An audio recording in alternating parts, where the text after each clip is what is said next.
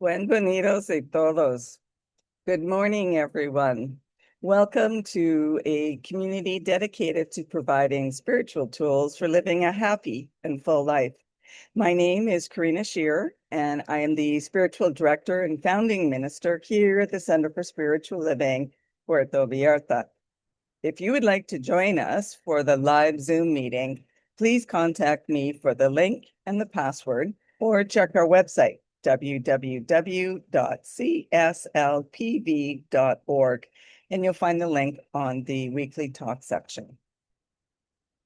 Today is Sunday, November 23rd, and we are continuing the monthly theme of loving the unlikable. And the topic for this week is grateful for Kith and Kin. And it's a wonderful start for the week of the American Thanksgiving, enjoying Kith and Kin. So at this time, I would like to once again welcome everyone, including those that are new to our teaching and to our center here in Vallarta, whether you are on the live Zoom call or watching the replay at a later time. We honor all faith traditions, so whatever path you are on, know that it is the right one for you. And no matter what your background is, please know everyone is welcome here. We teach a philosophy called the Science of Mind, and it is a teaching based on new thought and ancient wisdom. We offer spiritual tools and principles to promote personal growth, and we honor diversity in all aspects so that we could see and appreciate the great oneness that exists everywhere and within everyone. When Dr. Ernest Holmes first founded this teaching in the 1920s, he had studied both Eastern and Western spiritual texts in order to create the science of mind. And when asked to provide a concise definition of the teaching, he had replied that it is a correlation of laws of science, opinions of philosophy, and revelations of religion applied to human needs and aspirations.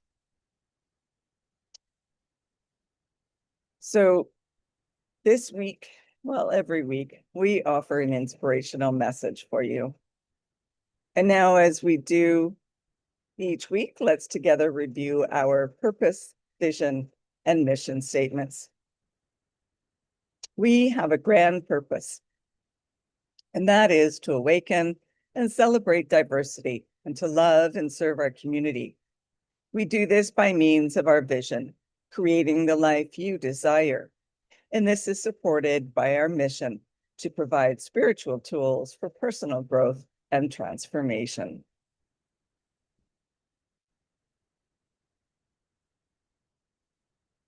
And now, getting back to our old ways of presenting, let's read from the Creative Thought magazine from November 2014. Now, for those that may not be aware, the Creative Thought magazine is or was a daily spiritual mind treatment. And spiritual mind treatment is always done in the first person. So I invite you to gently close your eyes if you so feel, and enjoy these words and take them as your own. Life is very, very good. Infinite intelligence, which I recognize as the creative force behind all that has been made and all that has not been made, knows only its own true nature. I remember and recall that there could be nothing outside of infinite intelligence, which I also know as divine mind and bounteous goodness. I recognize this inherent good as my own nature and my ever-expanding sense of self. In this space of wonder and joy, I reflect on the manifest glory of the created universe, and I realize my place in it as a spark of the divine creative energy that makes all things very, very good. In this moment of remembrance, I reclaim and reassess my whole and my own wholeness. I cease and desist from any defamation of myself or of my choices.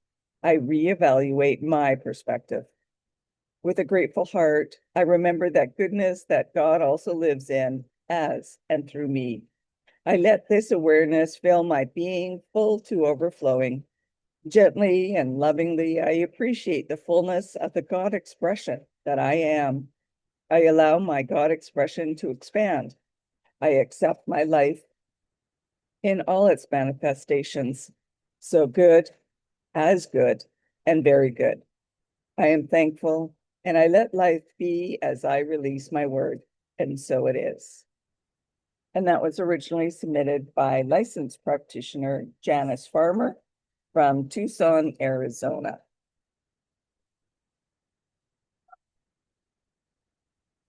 So today's talk is about kith and kin. What does that even mean, you ask? Well, kin or kindred is the Old English term meaning of the same kind, those connected by family ties.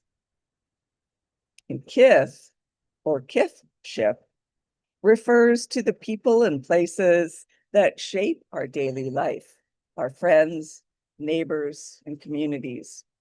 In modern English, even in England, where the expression originated, kith and kin are mistakenly blended into one meaning, our relatives, those who are close to us.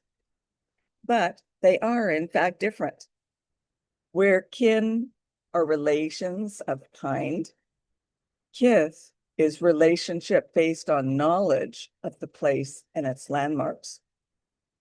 Together, kith and kin describes a wide circle of belonging that embraces our friends and families, as well as the broader communion of creatures, land, and the life with whom we share our home. Let's see our first slide for today. This is from the CSL Global Vision. We envision a world in which we live and grow as one global family that respects and honors the interconnectedness of all life, a world where this kinship with life prospers and connects through the guidance of spiritual wisdom and experience.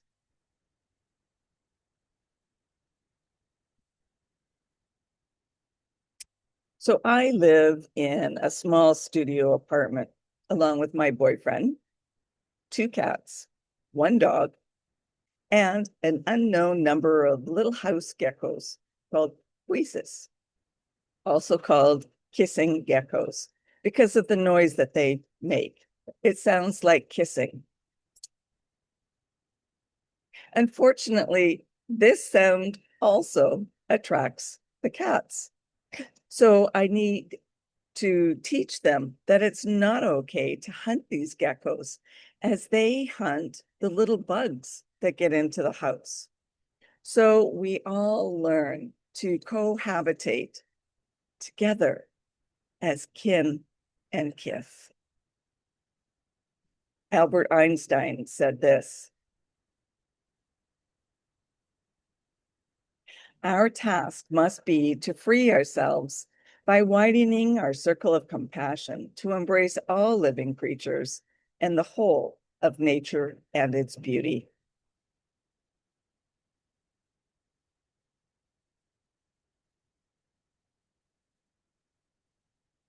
So in an era marked by instant gratification, sprawling grocery stores that consume entire blocks of the city, and 24-hour convenience services like DoorDash and Rappi and the likes, it's easy to feel disconnected from our immediate environment.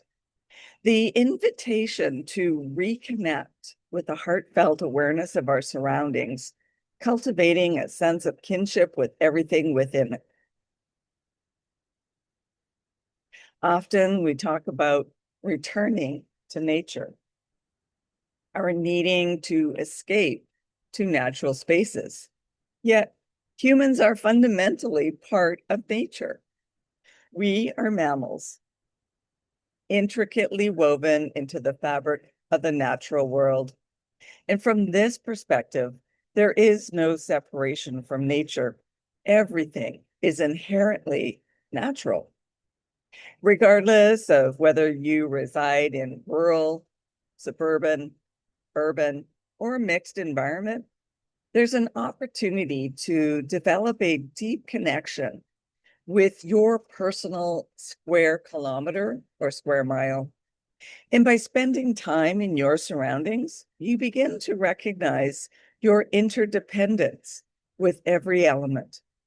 The roads facilitating your mobility, the shelters and the buildings in your community, and the rain that nourishes the land while cleansing the streets of debris. Through contemplation and engagement with our immediate environment, we gain a profound understanding of our place in the world and come to appreciate that everything from the familiar to the seemingly mundane is part of the natural order. Shakespeare wrote this: "One touch of nature makes the whole world kin."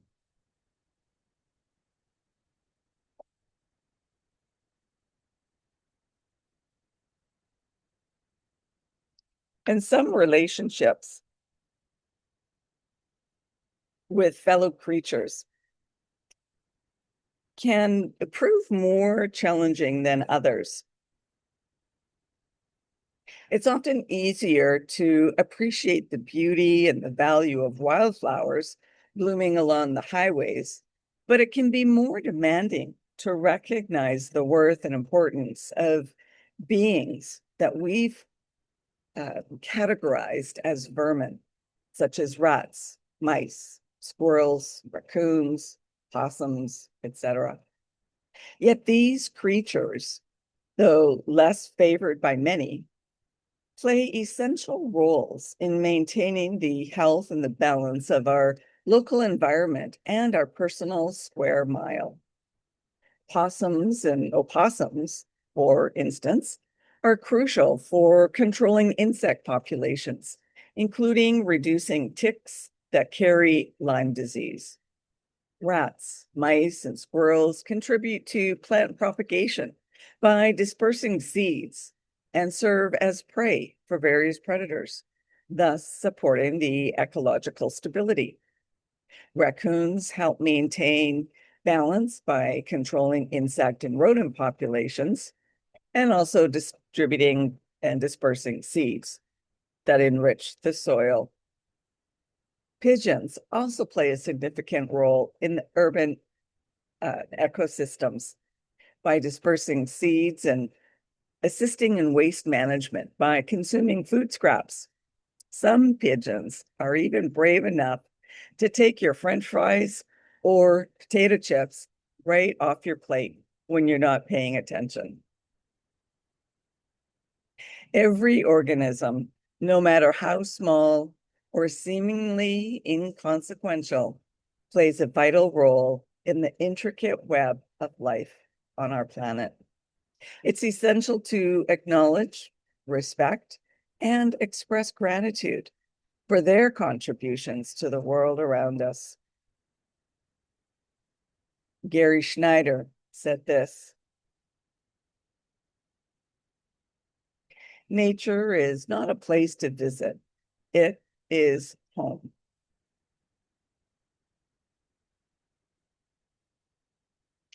So what is in a name? Robin Wall Kimmerer, the author of Braiding Sweetgrass and an enrolled member of the Citizen Potawatomi Nation recommends an intentional change to the English language. We need to stop calling our more than human relatives it. They are not objects existing to be commodified. They are people, members of our ecological communities, the plants, the animals, the insects, the rocks, the water, the soil, the land itself. These are all our relations. We would not call our human grandmother it, so we should not call our more than human grandmothers it. So in Spanish and other languages, other than English, nouns are either masculine or feminine. For example, in Spanish, the word for it is either lo or la, depending on the gender of the noun that you are referring to. And in her article, Nature Needs a New Pronoun, Robin Wall Kimmerer explores the profound shift in perspective that language can catalyze towards the living earth. She highlights how English, by using it for non-human objects or non-human beings, objectifies and diminishes their inherent worth, drawing from her Anishinaabe heritage and language revitalization efforts. Kimmerer proposes that reclaiming a grammar of animacy that respects all beings as persons and kin. In Anishinaabe, the word for beings of the living earth is Bemad Iziaki. And when shortened, that becomes the gender-neutral pronoun he, as a being of living on earth. This shift is not just linguistic, but transformative, fostering a worldview of reciprocity and respect towards the natural world by adopting ki and its plural form kin. Kimmerer advocates for a language that reflects deep kinship with the earth, promoting humility, sustainability, and a profound connection with our ecological community. So a little story. A woman inherited a quilt stitched by 3 generations. Some squares were beautiful, some faded, and some patched over more times than anyone could count. And when she spread it out across her bed, she realized that the quilt wasn't perfect, but it was warm. Kith and kin are much the same, a patchwork of personalities and histories held together by threads sturdier than anyone can explain. Ernest Holmes said this: "You belong to the universe in which you live. You are one with the creative genius back of this vast array of ceaseless motion, this original flow of life. You are as much a part of it as the sun, the earth, and the air."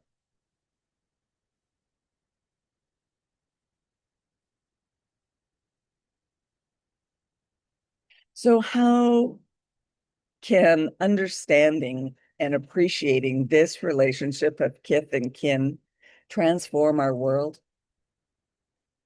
Now is the moment to embark on a journey to a deeper understanding of oneness.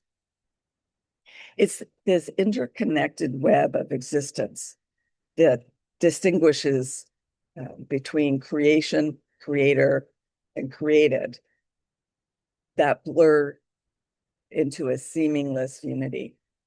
To foster harmony and coexistence, it's imperative that we extend our respect our honor and care to every facet of the unified whole. By embracing this holistic perspective, we can cultivate a world where each being thrives and where our collective well-being is intricately intertwined with the well-beings of the planet and other inhabitants. So let us take deliberate steps toward recognizing the inherent worth of all life forms, from the smallest microcosms to the grandest landscape.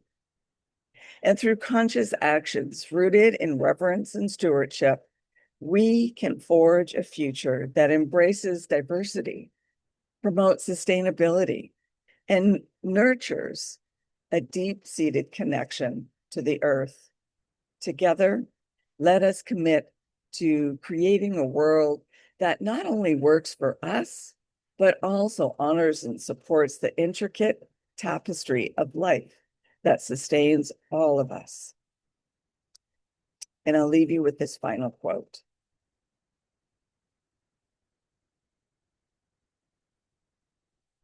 Someday, we will come to perfectly appreciate the fact that no living soul is more important than any other one.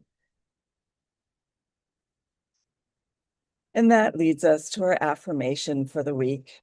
I am grateful for the unique beauty and diversity of my local ecosystem.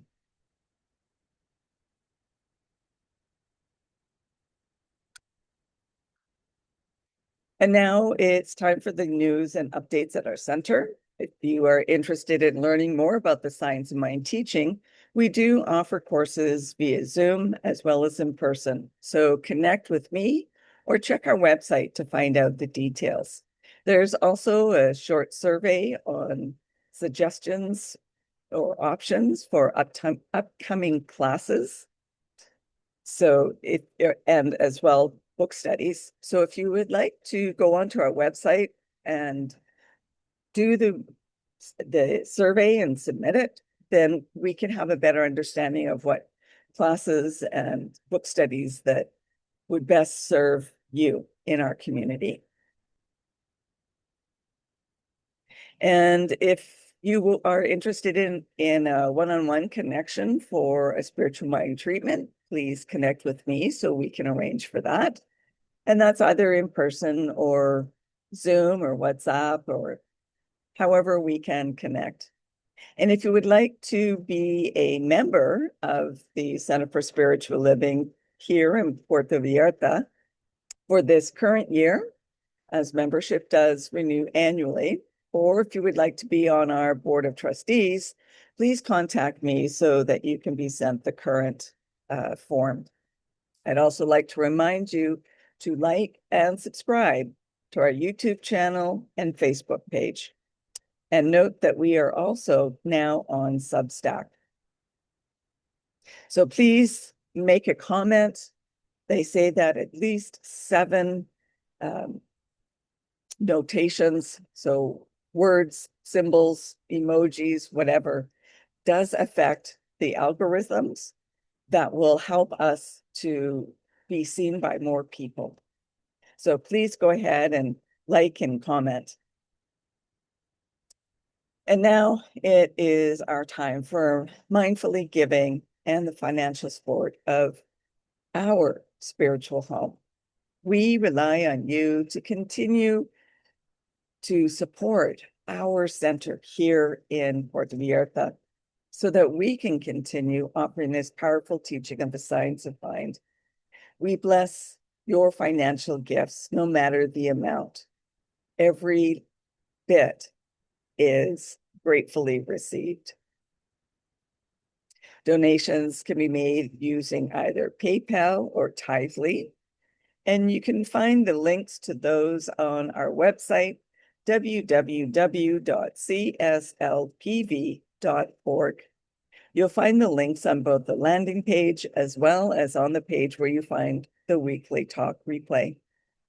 You can still mail in your paper check by addressing it to CSLPV number 403 2125 Birch Road, Kelowna, BC, B1Y 8N1.